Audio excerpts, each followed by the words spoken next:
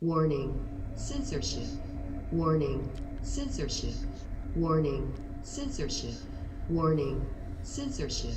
Warning. Good afternoon, ladies and gentlemen. You have tuned into the Rebel News live stream on this, a Thursday, March 3rd, 2022. I'm David Menzies, and my co-host, well, let me tell you about my co-host. You know, she's sugar and spice and everything nice, but she's really heavy on the spicy side, let me tell you. She is the she-devil with a sword. She is the Khaleesi of Northern Alberta. She is Sheila Gunn Reid. How you doing there, Sheila? David, it never gets old. It never gets old. I'm running out of material, you know. I don't think you could. I'm doing great. You're looking great. I see that you have a very red, white, and blue theme going on with your shirt and tie combination, which is great because one of the things you wanted to talk about was Joe Biden stumbling and bumbling his way through the State of the Union, and Nancy Pelosi sort of doing the whole Dr. Evil thing with her hands in the background. What was that all about? She looked like a little girl before Christmas Day. She looked like Gollum. You know, I'll tell you, Sheila, it's kind of old news now in a sense, but that State of the Union address being about 1 hour long, in which he said nothing new, offered no solutions to anything. As the saying goes, it would have been twice as good if it was half as long. I was predicting ahead of the State of the Union address that this would be the shortest State of the Union address in the history of the United States of America, which is to say Joe Biden would come up to the microphone and go, "My fellow Americans, here's the State of the Union. It's awful. Good night." That's it. That's what I was expecting. But he went on with the same old, and then massacring the English language, including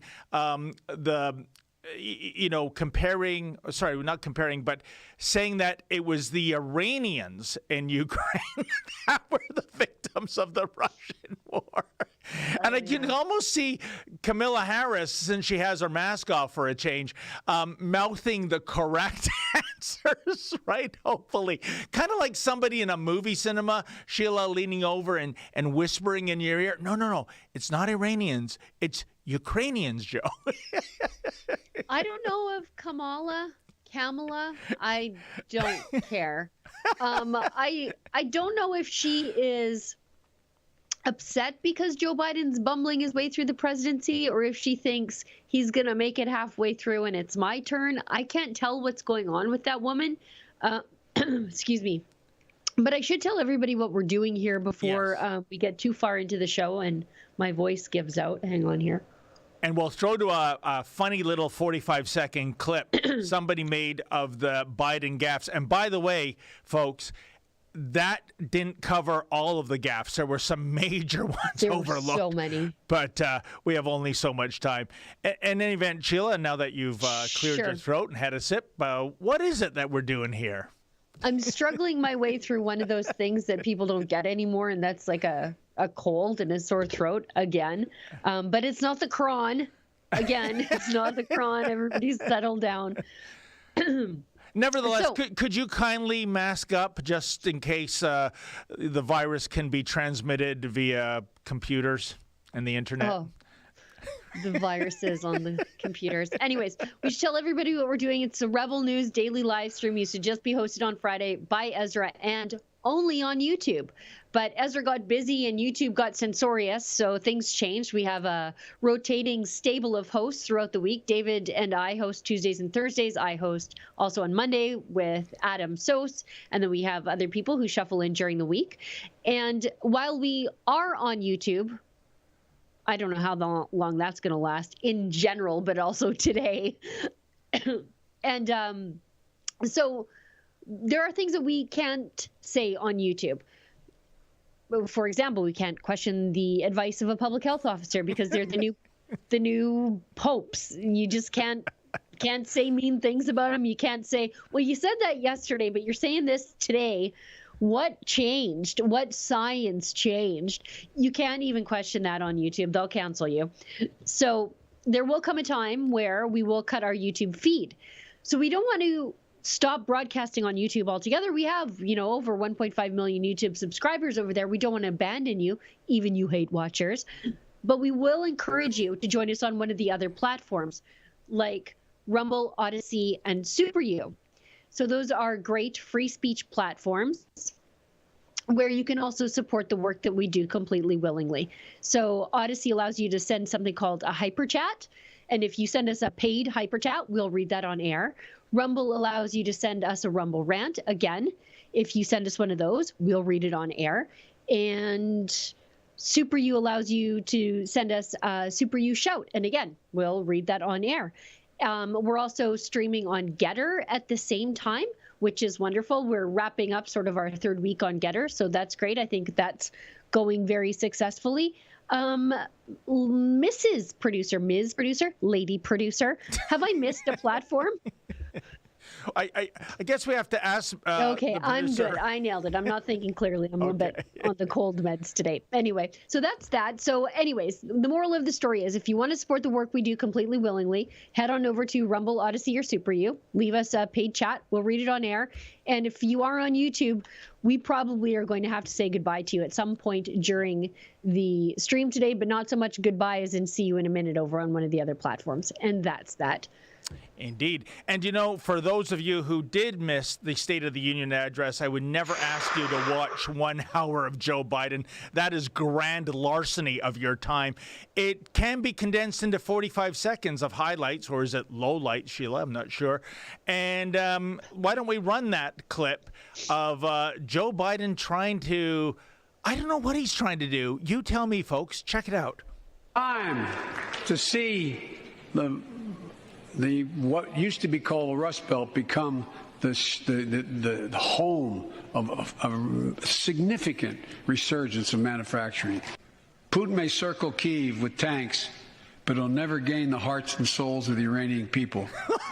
He'll never extinguish their preventing Russia's central bank from defending the Russian ruble.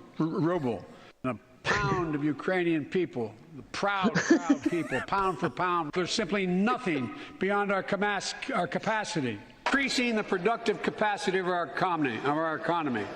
I call it building a better America. We won't stop. Because you can't build a wall high enough to keep out a vaccine. The vaccine can stop the spread of these diseases. As one people, one America, the United States of America. God bless you all, and may God protect our troops. Thank you. Go get him. Go get who?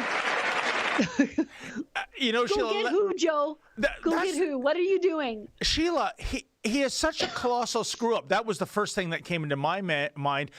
Go get whom or go get what. But I think he screwed up. I think he was trying to channel Larry the Cable Guy, get her done. So he even, screwed up that. The other thing, when he said what used to be called the Rust Belt, no, Joe, you meant what used to be called the Steel Belt. You see, the Steel Belt devolved into the Rust Belt thanks to all the steel manufacturing. Thanks to Democrats. Thanks to Democrats. So it used to be called the Rust Belt. It became the Rust Belt. It used to be called the Steel Belt. Of course, the Iranian people of Ukraine, of which there might be 24 people. Are there any Persians? By the way, are there any Persians in Ukraine, Sheila? And you can't build a wall high enough to keep the coronavirus out. But I would say you can build a wall high enough to keep illegal aliens out. And of course, the southern border of the U.S. continues to be a disaster. No State of the Union on that front either. Sheila, it is so funny. And there's black humor, slapstick humor. My favorite humor is unintentional humor, and that's Joe Biden. But the sobering second thought here is this is the President of the United States. He's not a comedian. He's not an entertainer, although he's coming across as one. it's kind of terrifying. And I'm wondering, anyone that voted Democrat in 2020, are you having buyer's remorse about, oh, you know, how Mr. Orange Man was sending out all those mean tweets? You know, I was watching the ladies in the background, Pelosi and Harris. First of all, nobody looks good in a brown suit. Nobody.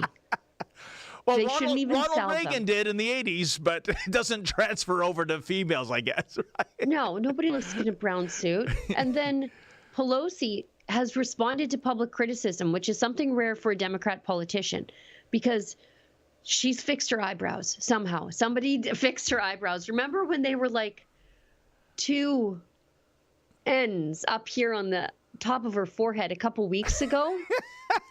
She was in a constant state of being startled. But now they've sort of come back down to like a normal spot. So I don't know how they fixed that, but it was like maybe one too many facelifts where they were just like grabbing her head and pulling it up. So they fixed that. But I noticed that when they're looking at him, they're sort of like,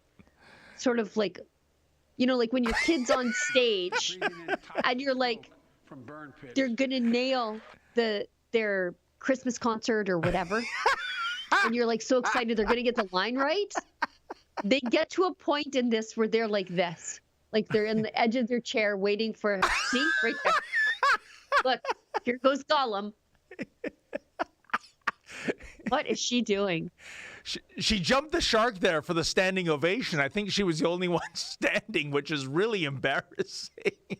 And by the way, Sheila, I'm wearing a brown suit today myself, I just noticed. So how dare you make a mockery out of brown suits? But, you know, you are right.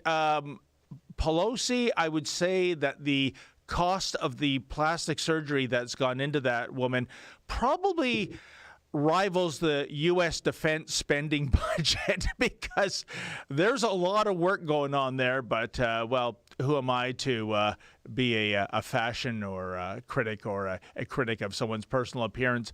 But like I said, it comes down, and you know what? Those three, I mean, if anything happens to Biden, the succession is, of course, the vice president becomes the president. So you have President Harris. And if anything, God forbid, should happen to her, it's Pelosi in the White House. How terrifying is that, Sheila? Oh, my goodness. I got to send this. I was just like, you know what? I'm just going to Google image search Nancy Pelosi's eyebrows. I spent a whole day doing that. And I know it sounds petty. People who are tuning in, you're going to send me letters saying criticize their policies. And I do. That's why the Rust Belt is the Rust Belt and no longer the Steel Belt. That's Pelosi's party. That's Joe Biden. He's been around long enough to have done that to an entire part of the country. But her eyebrows are just one day. Look at one day I spent, I don't know, 3 good hours. And I don't know why I did it, because I don't have a lot of time to waste in my life. And I don't consider it wasted time, I'll be honest. I went back on Google image search to see where Pelosi's eyebrows began at the beginning of her career and where they're finishing now. And it's a lot. It charts the national debt maybe a little bit. Well, you know, Sheila, back in the 80s, there was a song, Betty Davis Eyes. Maybe there's a song in the making there, Nancy Pelosi's Eyebrows. It's a lot. Look, and I'm not one to do anything gracefully, and aging is included in that, but that is next level. I don't know. Somebody tell change the plastic surgeon's number in your grandma's phone, Pelosi grandchildren.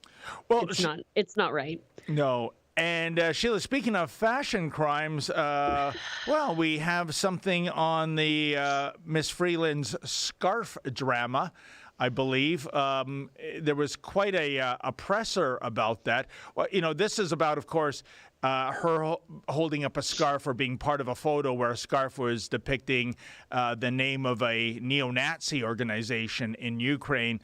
And, you know, again, I can't help but think, Sheila, how if you give her the benefit of the doubt, she didn't know what that scarf was. She didn't understand the language on the scarf because it wasn't in English, I understand. Okay, you know, I'll cut her some slack. But I'm not. But had that been a conservative, Sheila, it would still be on the front page today, don't you think? Sure. And we're seeing a lot of Telford op-eds, as they say, happening here. But first, and you can tell in real time when the phone calls came in. So let's go to Yankee's tweet that was in the message on Slack where we were prepping for the show today, where Yankee wonders what iPolitics is actually up to over there.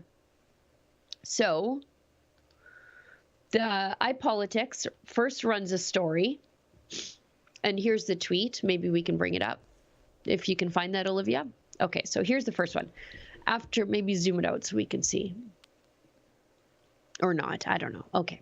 Anyways, it says, after urging politicians to denounce hate symbols seen in Ottawa during the truckers' freedom convoy, Chrystia Freeland was photographed holding up a banner associated with far-right Ukrainian nationalists who have links to neo-Nazis. And we went over this on Tuesday. She's holding up a thing. And she's getting photographed with it. And then she tweeted that, and then she deleted it. And she was our foreign affairs minister who runs around accusing everybody who she doesn't like about having ties to neo-Nazis and being fascists and being far right. Yep. And she fancies herself to be, this daughter of Ukraine. You think she might know a little something about this stuff, given her allegations, her history, and her job, but she didn't. So let's move ahead. So that was the tweet that she tweeted and deleted, and we're all just supposed to be like, never happened, it's fine. Then iPolitics issues a correction, and you can see they must have got a phone call from Telford because iPolitics issues a correction. Deputy Prime Minister Chrystia Freeland was photographed holding up a scarf in colors associated with far-right Ukrainian nationalists. The previous one said, photographed holding up a banner associated with far-right Ukrainian nationalists who have links to neo-Nazis. So look how this has changed. So it's no longer a banner, it's a scarf. Who cares? It's all the same. And in colors associated with far-right Ukrainian nationalists instead of a banner associated with far-right nationalists who have colors or who have links to neo-Nazis. Now it's just the fact that it could have been anything on that scarf, but it was just red and black. And oopsie doodle, red and black means you're a neo-Nazi. Give me a break. We know what it said. The slogan is associated with Ukrainian neo-Nazis. I'm sorry, but that's just what it is. And so obviously you can see that this is the pressure that the Liberals are putting on the bailout media. You can see it in real time in their writing and how they're changing this. And there was nothing wrong with the first part except for the fact that it was a scarf and not a banner. Like, who cares? And I'm going to take a wild guess, Sheila, and assume that iPolitics get some taxpayer payola in terms of keeping that website alive and well. So I'm wondering what was going on behind the scenes, who made the call to iPolitics, who made them say we need a correction or a clarification, and who basically read them the riot act. You know who your sugar daddy is, don't you, iPolitics? So if you know what's good for you, I wonder if they had to go that far. What do you think? Let's get into this story a little more because there's yet another layer. All right.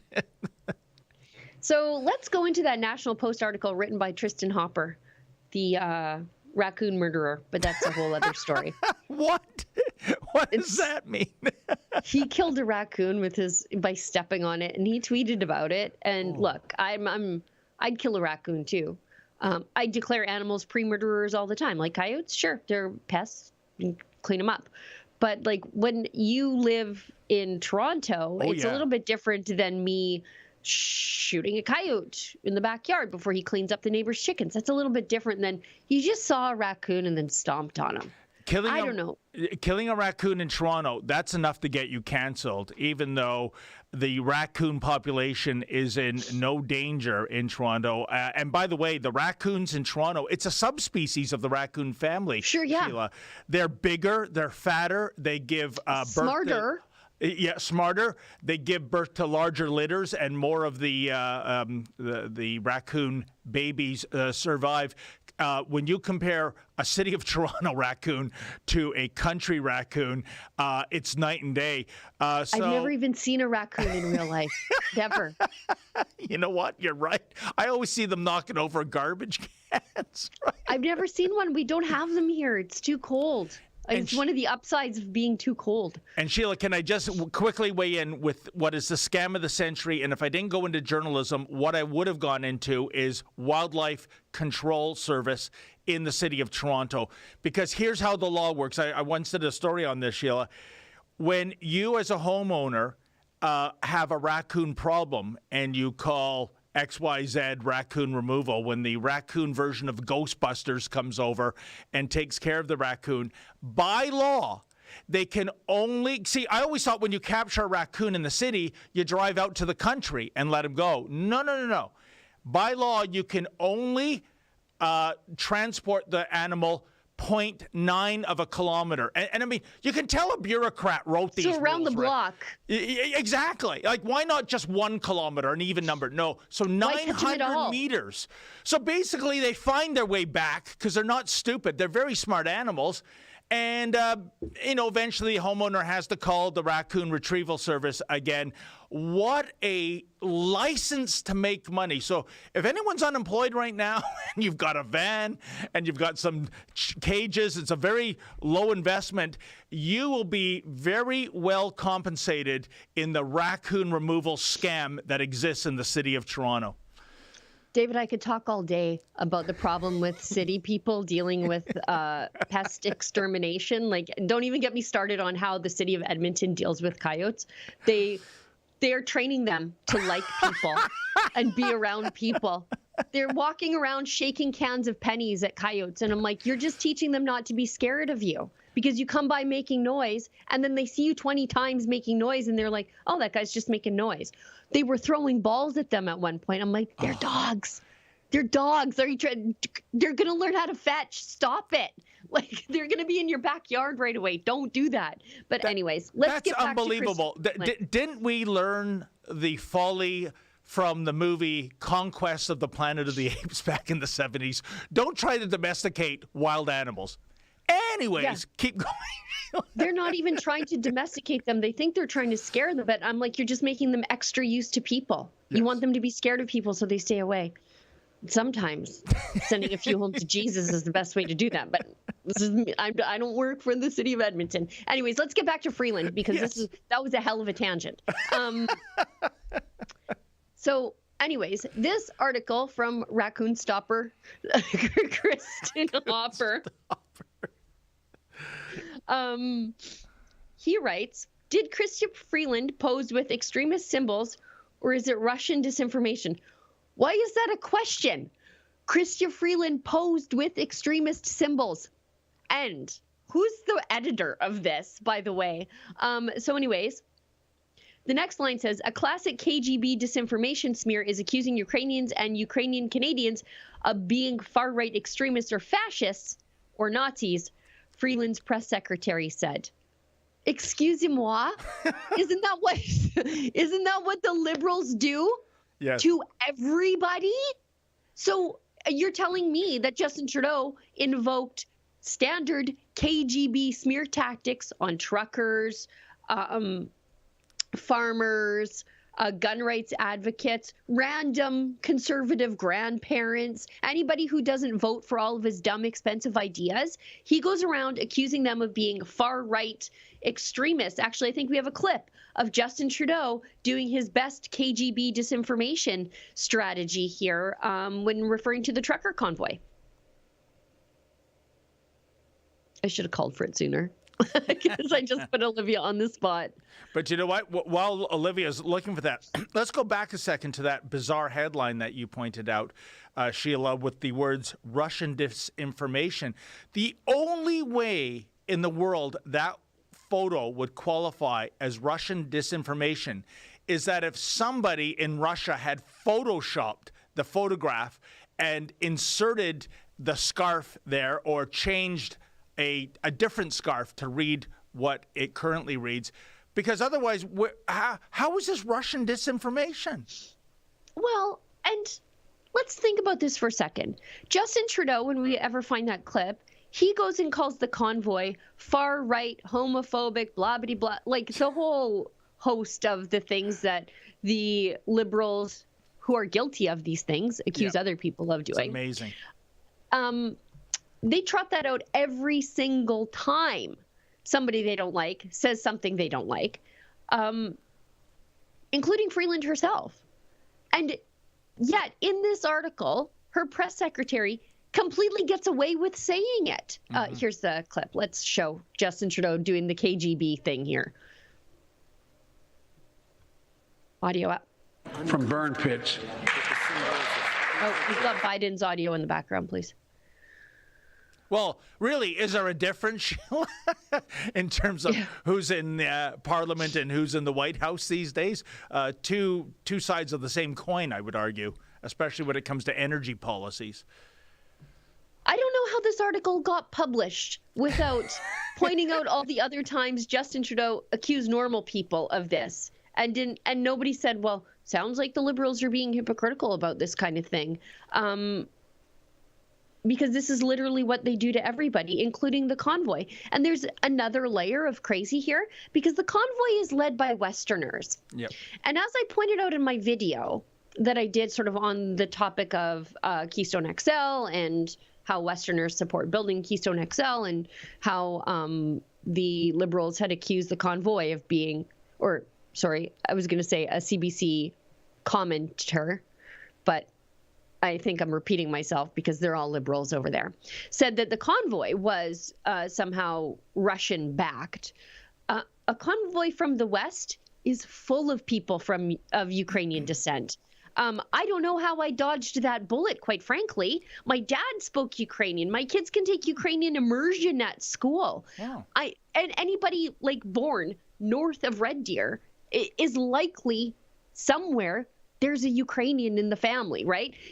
That's just how it is. So when the Liberals and the CBC, but I repeat myself, accuse the convoy of being somehow Russian-backed, that just shows how insane and out of touch they are, but also how desperate they are. And now all of a sudden, it's the KGB somehow put a scarf in Freeland's hand. It's just so desperate and crazy. Anyways, I think we finally got it. Maybe not. We're struggling. To anyone who joined the convoy but is rightly uncomfortable with the symbols of hatred and division on display, join with your fellow Canadians. Be courageous and speak out. Do not stand for or with intolerance and hate. Yeah, and Sheila, what is intolerance and hate? Forget about a flag depicting a swastika.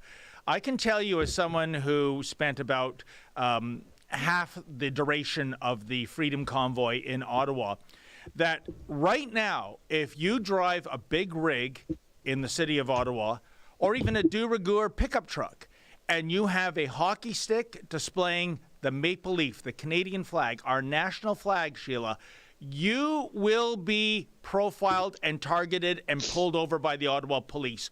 100%. If you were going to Ottawa, folks, and you want to avoid any unnecessary hassle with law enforcement there, do not display the Canadian flag on a truck, especially one that is attached to a hockey stick. And I mean, Sheila, how despicable. I mean, how Canadian is that? A hockey stick being the flagpole for the red and white maple leaf, and yet that's considered the calling card of a hater, a racist, you name it. I thought I'd never see the day, and this is right on the streets of our national capital. The small fringe minority of people who are on their way to Ottawa are holding unacceptable views that they're expressing. Do not represent the views of Canadians who have been there for each other, who know that following the science, which seems to change day by day, by the way, are stepping up to protect. I know, I'm there.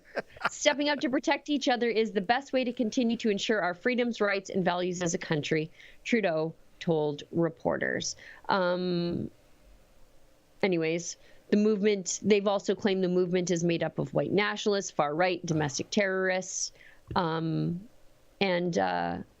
That sounds a lot like what Freeland's press secretary says is KGB tactics, isn't it? You know, when I was covering the dying hours of the demonstrators near Parliament Hill, because it had already been fenced off, there were 4 or 5 individuals in front of me. They were wearing turbans. I believe that makes them of the Sikh faith. And one of them was so kind to give me hand warmers to put into my gloves. That really kind of hurts this whole white supremacist argument, wouldn't you say, Sheila? Well, this whole thing about, it's the Russians out to get Chrystia Freeland instead of Chrystia Freeland out to get Chrystia Freeland. The Ottawa Citizen, to their credit, pains me to say, but they actually did a good job on this. A little, how many years ago was it? 2017.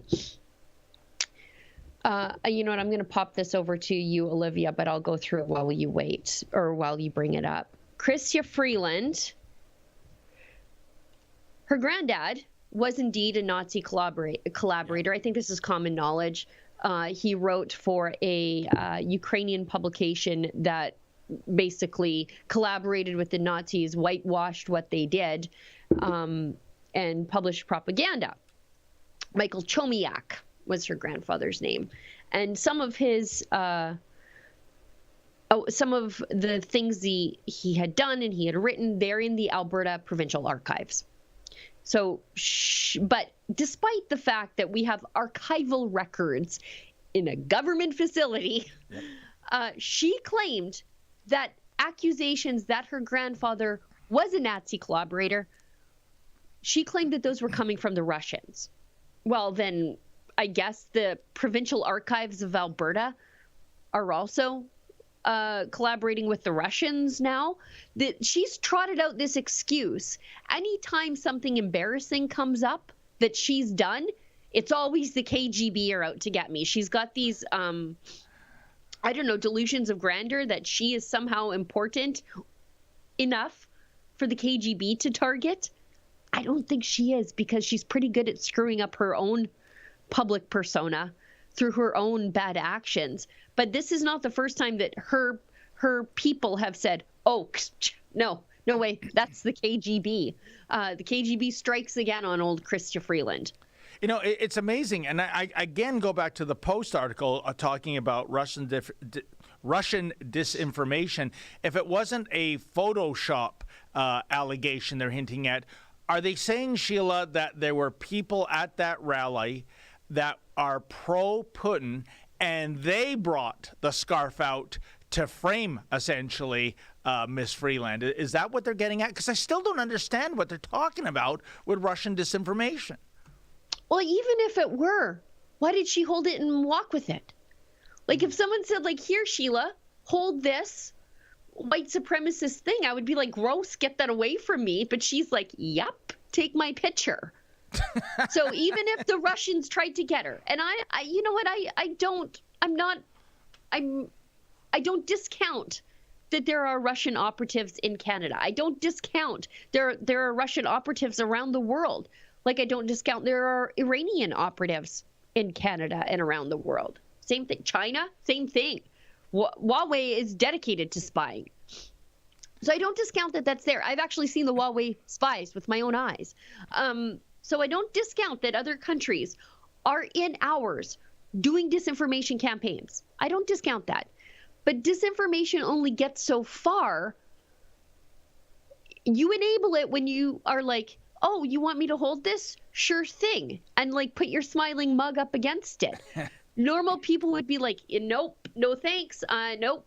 But her, she's fine. Telephone, telegraph, tell Chrystia Freeland to hold up this sign and smile. And she did. Isn't the moral of the story, Sheila, that if you are a public figure or a politician and someone asks you to pose with a placard or a scarf, a flag, what have you, and it's in a foreign language, before the cameras start rolling, shouldn't you say, excuse me, but can you tell me what this translates into in English and what this organization is about, so you don't do a Chrystia Freeland. It's funny, Sheila, remember years ago, I think it was 2016, it was the 100th anniversary of the women's suffrage movement in Canada. And we used to do a segment called Generation Trudeau on campus. And we went out onto the campus of Ryerson University. I miss those. I hope you start doing those again. Yeah, we should. Once things open up, we should, because they're gold. And basically, we went up to predominantly female students on the University of Ryerson and asked them to sign a petition denouncing female suffrage. And oh my goodness, like ants to an open jam jar. They don't know what the word suffrage means. Oh yeah, they're going, oh absolutely. In 2016, the idea that there's still domestic abuse against women is, this is on a university campus, Ryerson, or University X as they call it now, since Egerton Ryerson's statue was torn down and demolished. Unbelievable. So, oh my goodness, that's great, Johnny on the spot journalism. Wow. The old mic flashes. Look at those signatures. Can you believe it? To stamp out women's suffrage. I am against the right for women to vote. Do you know what, though? Every time that Justin Trudeau gets reelected, I'm like, you know what? I'm willing to hear arguments against women's suffrage, especially in the Toronto area. You know what? You might have a new campaign on the front boiler for us, Sheila. Western women against Eastern women voting. And you know what? We can export that south, because one of the demographic shifts in the 2020 U.S. election was the fact that white, college-educated, suburban females were voting Democrat. They didn't like the nasty tweets of Donald Trump. And I guess there was more of those than blue-collar, traditional Democratic men switching their vote from Democrat to Republican. So, yeah, maybe there's something to be said about limitations on certain genders in certain territories. You know what? That's a good segue into something fun from the United States. Okay. And I think we should talk about it, and then we'll get to Pastor Art's brother. I don't want to talk about that. That's important. But let's show this clip from a Ron DeSantis press conference yesterday. Big Ron continues to run the freedom utopia of Florida in the best way possible. He's wonderful. I can't get enough of him and his cute little family and how he's such a straight shooter. And so what should have been like a fun thing yesterday caused liberals to lose their mind, and they somehow tracked down this kid's mom, who was not going to pass up on her 15 minutes of fame, but didn't realize how hypocritical she was being. So let's run Big Ron first. Honestly, it's not doing anything, and we got to stop with this COVID theater. So if you want to wear it, fine, but this is ridiculous. All right. Well, it's good to be at USF. Perfect, right? If you want to wear it, you do not have to wear those. You got to stop with this. Wouldn't it be so beautiful, Sheila, to see Jason Kenney or Doug Ford do that in public? But their puppet masters won't allow that kind of hard reality to be uttered, will they? Yeah. So he does. Big Ron does something great. He says to some kids, we got to stop with this COVID theater. As in, young people, be free again. Show your little smiling faces. Show the dental work that your parents have spent so much money on. Smile, get out there, right? And the kids do. And he says, if you want to wear it, fine. But whatever, this is ridiculous. The mainstream media did some serious investigative journalism. You know, like we can't figure out, you know, like we can't name anybody in Epstein's little black book, but the investigative journalism network of the entire United States mainstream media was mobilized to find the name of that kid and his mom. And they worked obviously all day, because I think it was dark when they interviewed her. And so here's the clip, and pay attention to what's happening here. Oh, what a great I'm what a responsible great for him. And I told him to wear that mask. And Governor DeSantis, and he's looking at this adult authority and is telling him, oh, you didn't have to wear the mask. What was your reaction when you heard the governor tell you and your classmates, remove your masks? A bit of surprise and shock, more of, okay, this authority figure is asking me to do something that I know is probably going to end up being controversial, so I took mine off. Did you feel pressure by the governor to do that?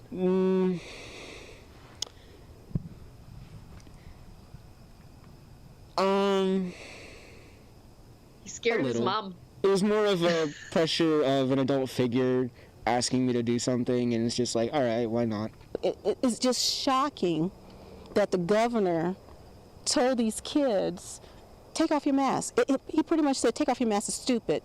And take off your mask, your parents don't matter. Even though I'm telling you, parents matter. And he's telling my minor child to take off his mask. He's putting us at risk. So, I was upset, very upset. Well, the first observation, obviously, Sheila, is why isn't Mama wearing her mask? Thank you. She's at a higher risk. She doesn't think they work. It's a political symbol. Absolutely. And he wasn't ordered to take off his mask. DeSantis clearly said it's your choice. That's what we love about Republicans, the true Republicans, freedom of choice. And third, the kid should have kept that bloody mask off, because the way he was sounding in that interview, he reminded me of Mushmouth from Fat Albert and the Cosby Kids. Remember that character? You can barely hear what he's saying, right? Well, and you can tell that he is scared to death of saying the wrong thing with his mom standing right there and the TV cameras there. Like, she's like this far away from his face. She's got no mask on. He's talking, and she's like this. And Sheila, just, like, he's worried. Like, she's going to murder me if I say the wrong thing, and if I don't say that I was intimidated by DeSantis. There's intimidation happening in that household, but it's from Mom, I think. And Sheila, I have no doubt that the reporter and the cameraman and the sound person were wearing masks. I'm for sure. Absolutely sure of that. Outside. But why didn't they ask her the question, albeit slightly impolite? Ma'am, if you really feel that way about masks, why aren't you wearing a mask? Because statistically, you're in a far bigger risk group than your young, healthy son. Her kid, making sure he says the right thing. Not social distancing either, by the way. This was what the brain trust of the American media spent their day on yesterday. Oh, so many layers of hypocrisy there in that one little clip, Sheila. But they all hate Fox News, but Fox News will never go away as long as they keep acting that way. Wow. Well, you know what? I'll tell you, I think if you were to poll Americans on what Governor DeSantis said yesterday, he comes out a winner. And we see that even in the enclaves of Democrat states. I go back to last month's Super Bowl, Sheila. Over 70,000 people in SoFi Stadium in Los Angeles to see the Rams take on the Bengals. Almost everybody was not wearing a mask. There was no social distancing. It was standing room only. Have we heard about Los Angeles becoming a super spreader event? So why was that okay to watch a Super Bowl like that? And yet the next day on Monday, the kids had to go to elementary schools wearing masks. I don't get it. Have we heard about Ottawa being a super spreader event, by the way? No.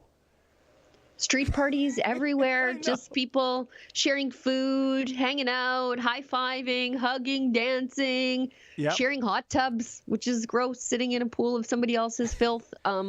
A tepid pool of somebody else's filth. You know, if there were diseases to be exchanged, it would have happened in there, and I'm just not seeing it. Okay, first of all, you insulted my brown suit. Now you're insulting the hot tub, which on the day before Valentine's in 1988 is where I met the future Lady Menzoid in a hot tub at the fitness facility. How do you like that? You know what? That's a fateful day, I'm sure, for you, but also for her, too. She really took one for the team back then. So thank you, Lady Menzies. Yes, she met her future husband in this cauldron of filth and hot water. And it's been a cauldron of filth and hot water ever It truly since, has been, I got to tell you. Okay, let's get to a more serious news before we run out of time, because we only have about 15 minutes left in the show, technically speaking. I mean, and surely we have some chats we have to get to as well, right? I didn't even look, but I'm sure we do. And if we don't, send them now. Rumble, Odyssey, and Super U if you want to send us a paid chat. So breaking news happened yesterday, sort of late in the afternoon in Alberta time. Pastor Art Pawlowski's brother, Dawid, was taken into custody by police Wednesday afternoon. He was stopped in what appeared to be a routine commercial vehicle stop, which is not routine at all on a Wednesday afternoon. But anyway, and he doesn't exactly have a commercial vehicle. He's in the church van, but they pulled him over saying they were checking for commercial vehicles. He was wise enough to flip on his Facebook Live and broadcast the whole thing. Wow. So we do have a clip of what happened. There were multiple police officers showed up. He says that they checked him for alcohol, which, of course, I mean, it's Wednesday afternoon. And he was out and about in the church van, so he wasn't drinking. However, they did say that he was being picked up on breach of, I think, conditions, and he is on probation for, technically it is contempt of a court order, and that was the court order that locked the church and required inspection of the church. And they were found guilty of contempt of that late last year. And so I'm not sure what conditions he breached by being out and about, driving around, but they hauled him off to jail where his brother is still in jail. Pastor Art Pawlowski, he's going on, I think, 3 weeks in jail now for the crime of, he's the only person charged with under the critical infrastructure protection law here in Alberta. And that's designed to stop people from setting fire to our railway tracks or blowing up a pipeline. It's not designed to arrest prickly pastors for going down to the Coots border blockade and giving a sermon, which is what he's in trouble for. He was charged, the only person ever charged under that law. None of the people who did the blockading were even charged under that law. He was charged because he went there to give a sermon, and they won't let him out now. And so David was taken into custody. It sounds like he's been released or will be released, but Adam Sos will have an update with Sarah Miller, Art and David's longtime, hardworking, excellent lawyer from JSS Barristers. And if people want to support David and Art in their battle for free speech and religious freedom in the times of COVID. And it's funny because everything's reopening and they're still being persecuted. You can go to savearter.com and maybe we have a clip of the arrest, which I should have called for sooner. I'm sorry. Coming up. Hello, everyone. Here I am. Again, supposedly was stopped for a check stop, but it's very weird. I've been waiting already for quite a while. I saw them make some phone calls. I was stopped by police and sheriffs. There is a check stop here. Okay. Okay, sir. Yes. Do you just want to go ahead and move the vehicle over to the side? What's going on? Once you go ahead and move the vehicle over to the No, side, we're going to have what's- to get you to turn it off. Okay, what's going on, guys? We'll explain everything to you, man. Just turn your truck off, please. Okay, what's going on? We'll explain it to you. Please turn your truck off. What did I do?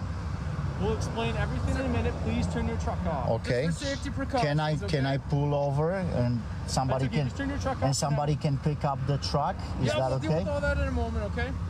We got sufficient lighting. Well, obviously you want to arrest me, right? So can I just pull over so that my nephew can pick up the church vehicle? Guys, this is a church vehicle. Come on, guys.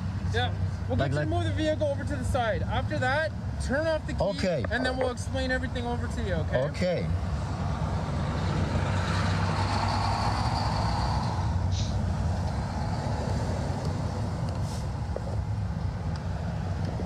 So as you see, they're arresting me. I have no idea what charges, what's going on. But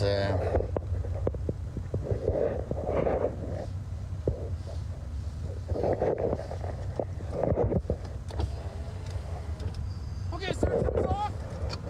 yeah. Okay, thanks for that. Okay, so right now, as it stands, you're under arrest for What? Form 7 unendorsed warrant, okay?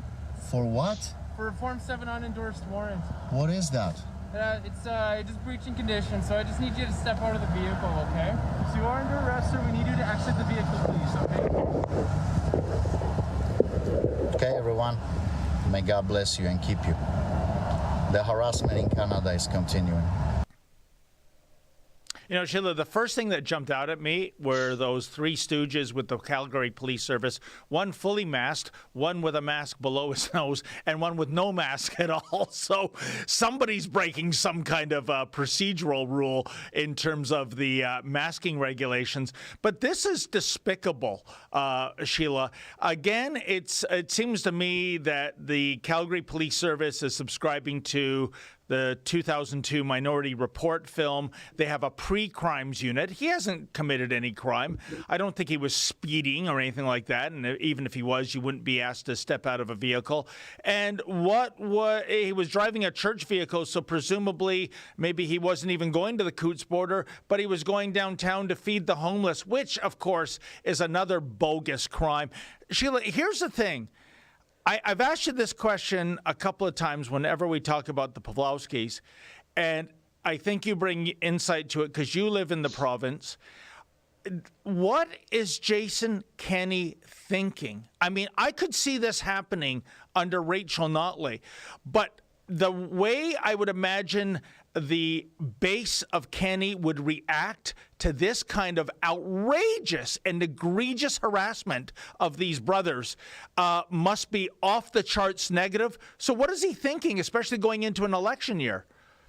I have no idea. Now, I think a lot of this is being Alberta Health Services has a vendetta, but the buck stops with Jason Kenney. Exactly. He's the premier.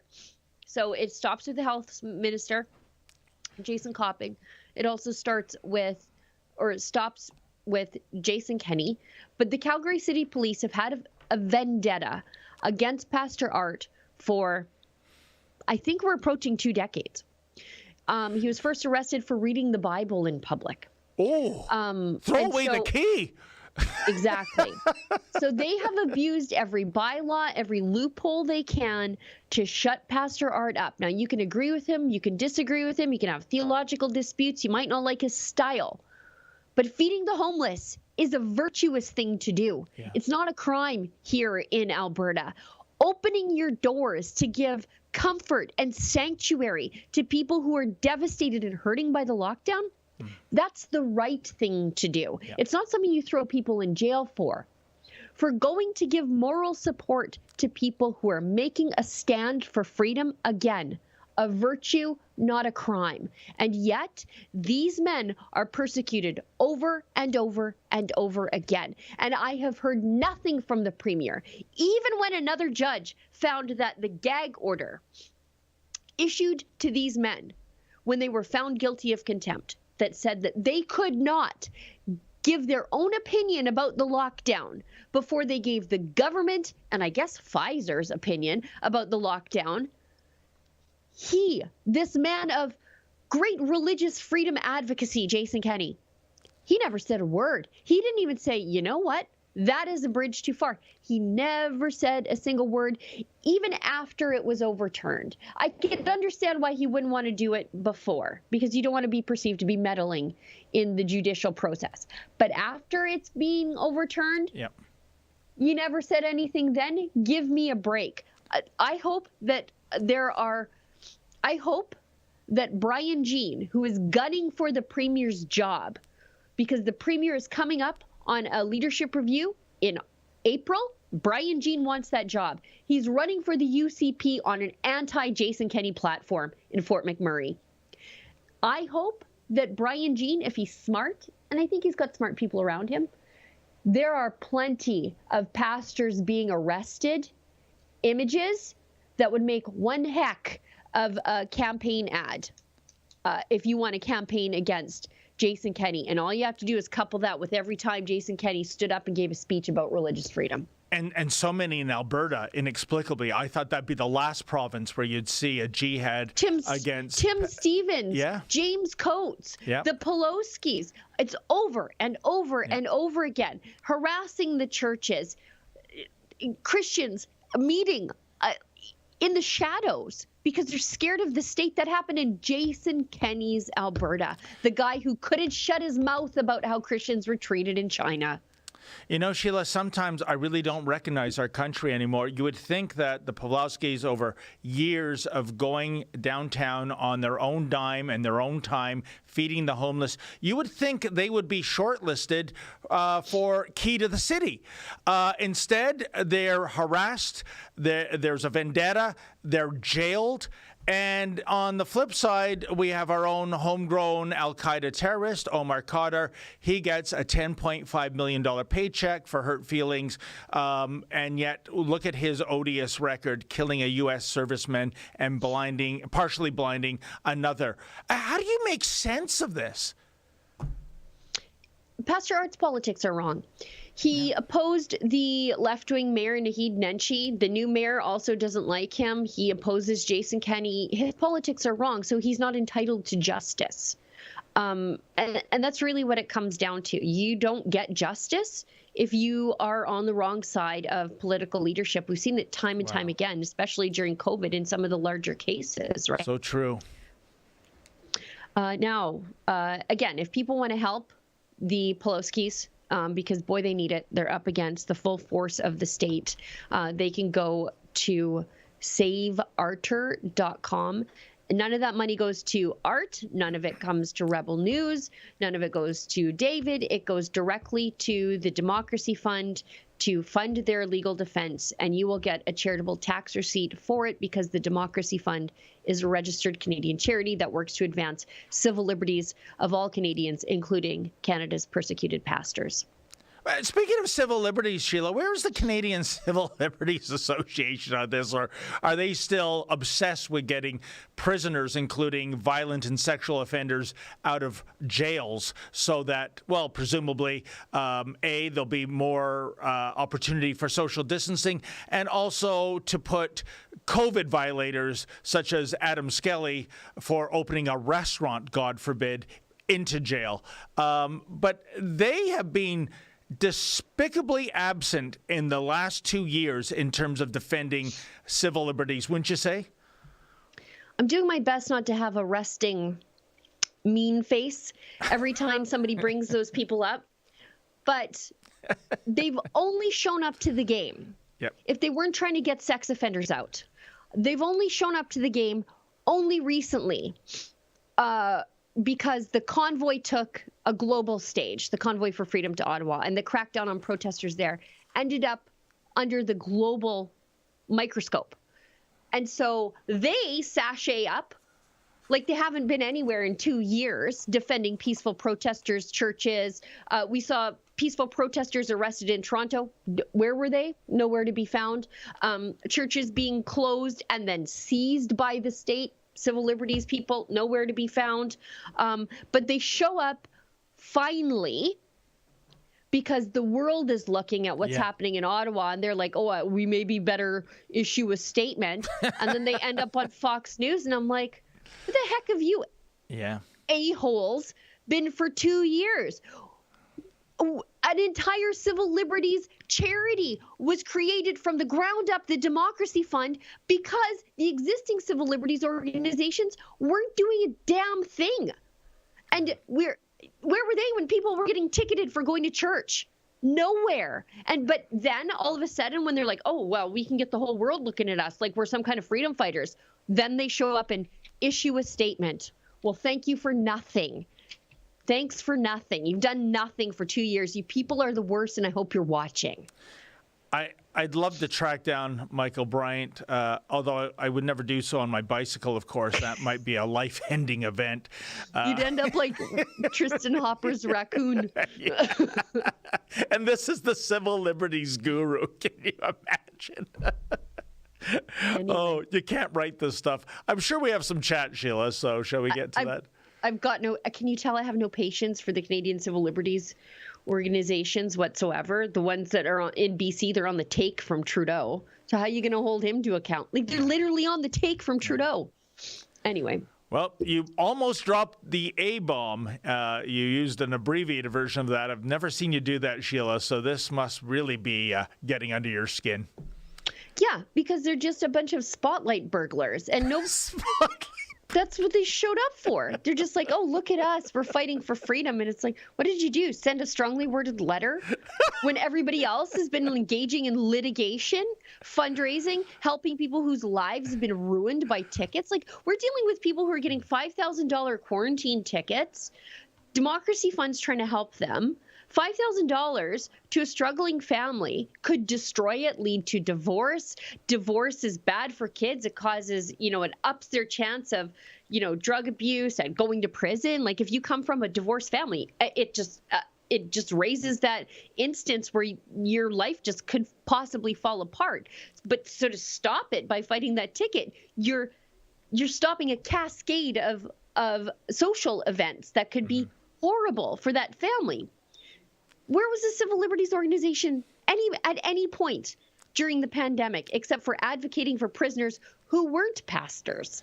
It is unbelievable. And I remember going back some 2 years ago, Sheila, when the Canadian Civil Liberties Association issued a statement that we're going to be watching what governments and they did a lot of watching. And if there's any shenanigans... Literally all they did. Yeah. But they said if there's any shenanigans... we are going to issue a very terse press release. Oh, please, I scare easy. Don't issue a terse press release. So useless. In the meantime, us, JCCF, Canadian Constitutional Foundation, we're actively, well, not us, but Democracy Fund, actively engaged in litigation. And before the Democracy Fund was created, it was just us fighting tickets through Fight the Fines before we moved that over to the Democracy Fund. Where were they? They didn't do anything. I know. And then they see people get stomped with horses and they're like, right, now is our chance to, I don't know, get on Fox News. Where were you? 2 years of litigation, you guys didn't show up once. Incredible. Anyway, let's get to some of these chats. I can talk about how awful those people are forever. Because it's worse than useless, right? A lot of people are useless. These people are awful. They didn't do anything until they could get noticed for doing, next to nothing. And they're getting paid to be useless. Yeah. Sarcasm is not hate speech, gives us $2, says Trudeau and Biden are tyrants. Not arguing. Paul Otto Newman gives us $5. Biden's Building a Better America is made in China knockoff of Trump's Make America Great Again slogan. Yeah. I was watching that and I was like, wait, is this Make America Great Again? Because they just gave that buy America, build America, make in America, American manufacturing. That's a Trump policy. But they just rebranded it. And the Democrats who said that was protectionism and xenophobia were like, as Nancy Pelosi did. Yeah. And check out the unfortunate acronym. We've gone from MAGA to BABA, as in what? Baba Booey? No, that's a tip of the hat to Ukrainian grandmothers.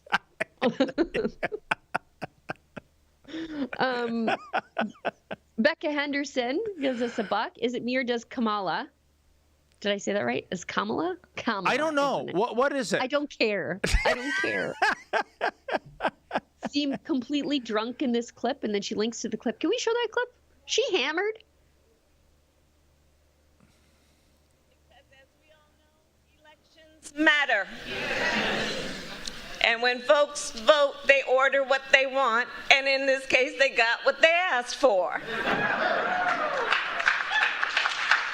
Oh, yeah, I went off script a little bit. We did it, Joe. Wow. Ordering more shooters at dueling pianos for sure. I'm like, you asked for it. Round of apple pies. She's so happy with herself. It's like she just delivered the Gettysburg Address for the next generation. You know, it's unbelievable. They're like Freeland, where they think they're just more incredible than they are. Like Freeland thinks she's a target of the KGB. They don't need to target her. She'll ruin herself on her own. Timothy Robert Salzman, 10 libraries. Pretty sure I wouldn't want to be Jason Kenney with his persecution of Christian pastors. For we know him who said, vengeance is mine, I will repay. Hebrews 10:30. Yes. C. Broad Arrow gives us $5. It's more than just neo-Nazi. It's the slogan and colors of Stepan Bandera's UONB, who were responsible for genocide of the Jews in Ukraine. Yeah. The black and red stands for blood and soil, or soil and blood, I guess, which is a pretty Nazi slogan.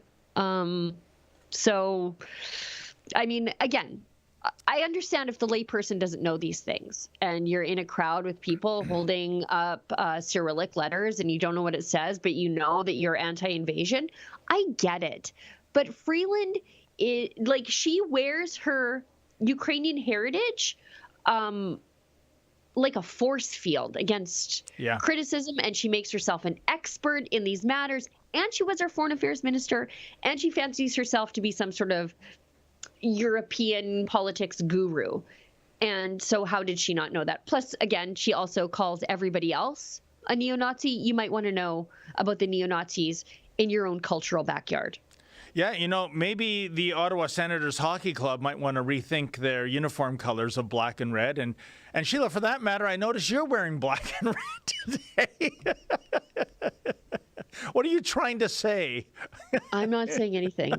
This is my cultural uniform of northeastern Alberta. Okay. And I don't get upset when Efron appropriates it. I'm happy to see him. Becca Henderson gives us $1. The fact that everyone was angry about the racist symbols at the convoy by a random guy, we're still investigating that, by the way, just so you know. But no outrage about Freeland shows they never cared about the symbols. They only wanted to gaslight the convoy. Yeah, 100%. 100%, and the media was happy to help. The media were the architects of it. Yep. The Liberals quarterbacked it. The media were the architects. And they never stopped talking about it. And I spent several days in Ottawa during that Freedom Convoy. And the hatred that I saw, I don't know, singing "Oh Canada," dancing in the streets to Twisted Sisters, "We're Not Going to Take It Anymore." If that's your version of a hate fest, well, I don't know what a peaceful protest is anymore, Sheila. And I see these like counter protests popping up sometimes at the Edmonton protest where the like 4 people show up and they hold signs that say "hate has no home here." Like, what are you getting at? And so is there a home where hate is? Like, I just don't understand. Like, it's just these people are so weaponized by the things they hear on TV that they think that thousands of their Canadian neighbors are neo-Nazis. What a terrible way to have to go through your day. Sheila, it's indoctrination at so many levels, and whether it's a political ideology such as Marxism or Madison Avenue selling beer with advertising campaigns, as the saying goes, get them young, get them forever. Yep, that's true. Mick3CA gives us $1, says ATMs are being removed fast. The end of ATMs in Australia, thousands of cash machines are removed across the country as banks go digital. What? Well, who takes out cash anymore? Oh, I do. I got a wallet bulging with cash, just in case, folks. Not that I'm rich or anything. Takes it all out in 5s. And I'll tell you why. Former Mr. Producer Justin, there was a little localized blackout once, and all the kids right now, they pay with their debit card. And I went into the Subway, and it was amazing. There was these millennials, and it was a Subway sandwich store, and they could only process transactions because there was no electricity available via cash. And let's cut to the ending of the story, Sheila. I was the only one that walked out of that sub store with a sandwich. I've seen surfers try to do math in their heads sometimes, and it is painful to watch. I'm like, you can't even count up. Like, nobody's even taught them how to count up when they're giving change. Like, if someone gives you a 20 and the bill is $16.50, well, you put down 50 cents and you've made it to 17, and then 3 more make 20, right? Like, they've never even been taught the cheats around handling cash. I worry about the future of our young people. Sheila, I have a great anecdote about that. Back in the 80s, I went to a Blue Jays game, and I bought some concessions, and the total came to $5.10. And I gave the server $20.10, and she gave me back the dime. She said, "Oh, no, sir, it's only $5.10. You don't have to give me the coin." I go, "Well, I'm giving you the coin so you can just give me $15 back." And she looked confused, and she took out a notepad, and she wrote $20.10, $5.10. 0 minus 0 is 0. And she goes, "Oh, you're right. I can give you $15 back." True story, folks. Swear to God. Wow. There are no life skills left. I know. Are there? And I hope they don't get rid of all the ATMs, because what am I going to do during garage sale season? I'm always running around with a big stack of $5 bills in case I'm driving home and there's a garage sale and I have to squawk my tires on the highway and go have a look. I mean, the only other thing I can think of, true story, there's a TD Bank in Richmond Hill on Yonge Street, and I went to it to use the cash, the ATM on Saturday night. And I was greeted by locked doors with a sign saying, "This ATM only functions during bank hours," So why do you need the ATM? Exactly, but I know for certain, given the area, I know what the unspoken reason is, Sheila. It is homeless people going into this enclave and perhaps doing their business, sleeping there, whatever. So they've just, but I mean, you're right. The purpose of an ATM is I can presumably show up at 2 in the morning and I get cash, but not at this branch. So weird. Okie doke. So Mick3CA reminds us to take his ATM message seriously, because if we let this happen everywhere along with the ending of bank tellers, then how do we get cash? We must stop evil tyrants from playing the social credit game. Well, David believes in cash. Lots of it. I do. Sarcasm is not hate speech gives us $5. Says, "Stay strong, Patriots. We will win. The salt will flow." Jorgie gives us $1. Rand Paul applauded the CCLA. That's the Canadian Civil Liberties Association, for speaking up. He was saying the ACLU sucked. I tweeted him saying the CCLA sucked for a long time. Pardon my language. I did pardon your language. I censored it a little bit. That's a lot of sucking. They are terrible. They are 100% awful. You're right, Jorgie. You were right to have done that. Olivia... No, that's Olivia, our producer. Hoghead V2, $20. She rocks the truth. Who's that? Is it me? I presume it's you, Sheila. Maybe I do. Johnston 666 gives us $10. David, can you please go see Patrick Brown soon and catch him doing something illegal again? The entertainment value is awesome. Thanks. Well, it's funny you should say that, sir, because in today's Toronto Sun, guess what? There's a story about Patrick Brown. Brampton Mayor has had his fill on carbon tax. Oh, really now? Is this the same Brampton Mayor who in 2017 was the head of the PC Party of Ontario, whose first order of business becoming the leader of that party was to bring in a motion to have an Ontario carbon tax? Isn't it amazing, Sheila? And the journalist that wrote this, why didn't he query Mayor Brown, his honor, his worship on that? Why didn't this particular journalist, whose name I shall not mention, say, well, Mr. Brown, why were you pro-carbon tax in 2017? And that was one of the things that led to his downfall in terms of the palace coup. And now in 2022, when we're nearing $2 a liter, in gasoline. Maybe super premium is at that already. Suddenly he has his come to Jesus moment, and yeah, let's freeze the carbon tax. This guy, Sheila, that's not illegal, changing your opinion, but like I said, Patrick Brown is the kind of guy, folks, that he'll spit in your face and tell you it's raining. Well, and this article, if you actually pay attention to what Patrick Brown said versus the headline of the article, what he said was that he's not against the carbon tax, just that now is not the right time to raise it. Not that we shouldn't raise it later or that we should get rid of it, which is the appropriate conservative position. We don't tax. We don't add a tax to the necessity of life. You may as well be, even we recognize that with the GST, right? Like we don't tax certain food items because of that. But this is a tax on existence, and we shouldn't have that because of where we live and because of how useless it is. But what Brown said wasn't that we should get rid of the carbon tax or that he's even against the carbon tax. He said we shouldn't raise it right now. Yeah. That's really different. And the shocking, he's being polished to be the next leader of the Conservative Party of Canada. Barf.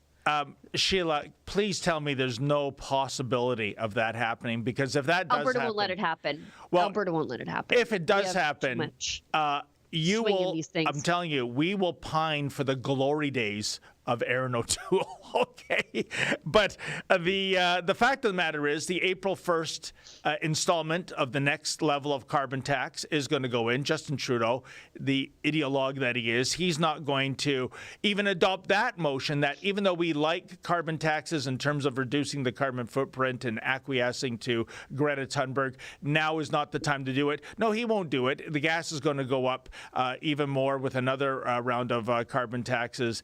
And, well, what can I say, Sheila? Remember, income tax was a temporary measure to fund the First World War. More than a century later. I also heard that someone would repeal the GST at some point if they ever got elected. I think the Liberals made that promise at one point, too. So, oh, yeah.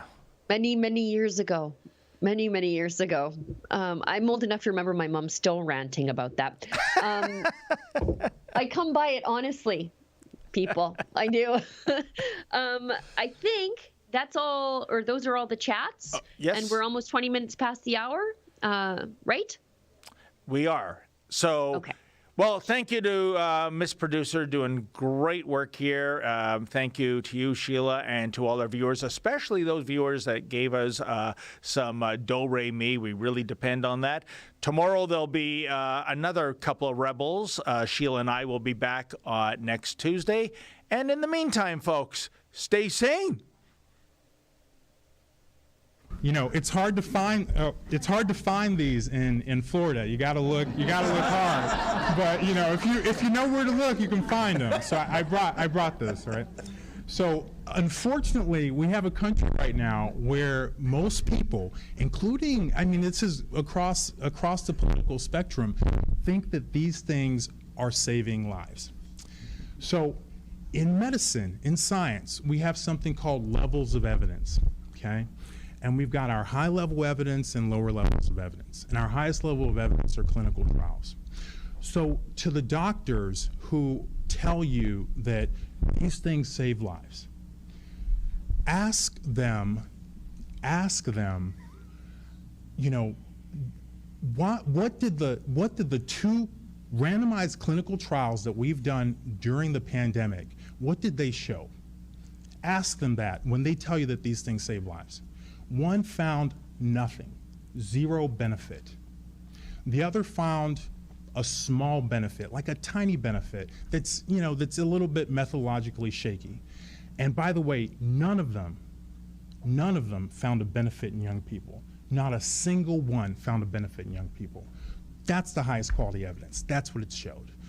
Lower evidence is what the CDC likes to tout. You know, shaky studies, shaky methods, finding 80% reductions in infection. Give me a break, you know? I mean, come on. You know, nothing that we're seeing in this country justifies that kind of conclusion. So that's what the evidence shows. And doctors who said that these things are not going to save your life. You know, these things aren't going to end the pandemic. These doctors, they've been kicked off of social media. Like, these are facts. They've had their licenses suspended, you know, because they didn't think that their clinical practices needed to do that. I mean, that's crazy. Good doctors who were brave enough to say what the science showed got punished. And that's happening, and it's still happening, where people are still holding up the illusion that these things save lives. These things are not saving lives.